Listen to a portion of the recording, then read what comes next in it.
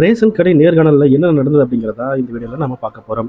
நான் ரொம்ப எதிர்பார்த்துட்டு இருந்தேன் ரேஷன் கடையில் இன்டர்வியூவில் என்னென்ன கேள்விகள் கேட்க போகிறாங்க, அது எப்படி நடக்க போகுது, ஒரு சென்டருக்கு எத்தனை பேர் வருவாங்க அப்படின்னு ரொம்பவும் எதிர்பார்த்து காத்திருந்தேன். அதுக்கான விதைகள் தான் இப்போ எனக்கு கிடைச்சிருக்கு.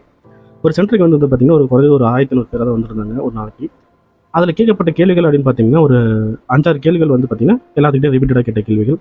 அது என்னென்ன கேள்விகள் அப்படின்னு பார்த்தீங்கன்னா ஃபஸ்ட்டு உங்ககிட்டோடைய இன்ட்ரொடக்ஷனை சொல்லுங்கள், எதுக்காக ரேஷன் கடையை நீங்கள் தேர்ந்தெடுத்தீங்க வேலைக்கு அப்படிங்கிறத வந்து ரிப்பீட்டடாக கேட்டிருந்தாங்க. அப்புறம் ஒரு டன்னுக்கு எவ்வளோ கிலோ, ஒரு மூட்டையில் எத்தனை கிலோ இருக்கும், அப்புறம் கூட்டுறவு சங்கத்தால் என்ன பயன், அப்புறம் அந்த மாவட்டத்தில் வந்து பார்த்தீங்கன்னா இப்போ எந்த மாவட்டத்தில் இருக்கிறீங்க அந்த மாவட்டத்துடைய ஸ்பெஷல் என்னன்னு கேட்குறாங்க. அப்போ அந்த ஊரில் இப்போ நீங்கள் எந்த ஊரில் வந்து அந்த இன்டர்வியூ அட்டெண்ட் பண்ணுறீங்களோ அந்த ஊர் ஸ்பெஷல் என்னன்னு கேட்குறாங்க. உங்கள் வீடு உங்கள் இருக்கிற அட்ரஸ் கேட்டிங்கன்னா அந்த வீட்டை உங்கள் ஏரியாவில் என்ன ஸ்பெஷல் அப்படின்னு கேட்டிருந்தாங்க. இதெல்லாம் ஒரு ரிப்பீட்டடாக கொஸ்டின் வந்தது. மற்றபடி வந்து பார்த்தீங்கன்னா பேசிக்காக அவங்க படிப்புக்கு தகுந்த மாதிரி கேள்விகள் தான் கேட்டிருந்தாங்க. இந்த ரிப்பீட்டடாக கொஸ்டின் ஒரு 10 பேர்த்திட்ட விசாரிச்சிருந்தேன். இன்டர்வியூ அட்டன் பண்ணுறவங்க ஒரு 10 பேர்த்து விசாரிக்கும் போது அவங்க சொன்னது வந்து பார்த்தீங்கன்னா இந்த கேள்விகள் எல்லாம் ஒரு ரிப்பீட்டடாக வந்தது. அப்புறம் அந்த ரேஷன் கடையில் இருக்கிற அந்த போர்டில் என்னென்ன இருக்கும் அப்படிங்கிற கேள்வியும் ரிப்பீட்டடாக கேட்டிருந்தாங்க.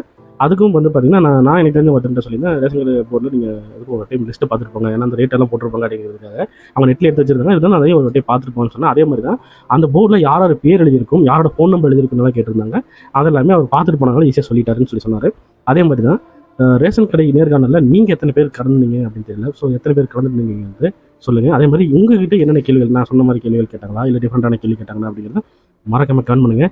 ஏன்னா இது வந்து நம்ம வீடியோ பார்க்குறதுக்கும் நம்ம ஃப்ரெண்ட்ஸ் எல்லாத்துக்கும் யூஸாக தான் இருக்கும். நான் சொன்னது எல்லாமே உங்கள்கிட்ட கேட்டிருந்தாங்கன்னா மறக்காமல் இந்த வீடியோவை லைக் பண்ணிடுங்க, நம்ம சேனலை சப்ஸ்கிரைப் பண்ணிடுங்க. அடுத்து என்ன நியூஸ் அப்படின்னா எப்போ ரிசல்ட் வரும் அப்படிங்கிறது தான் வெயிட் பண்ணிட்டு இருக்கேன். அந்த நியூஸ் வந்து உங்களுக்கு அப்டேட் பண்ணுறேன்.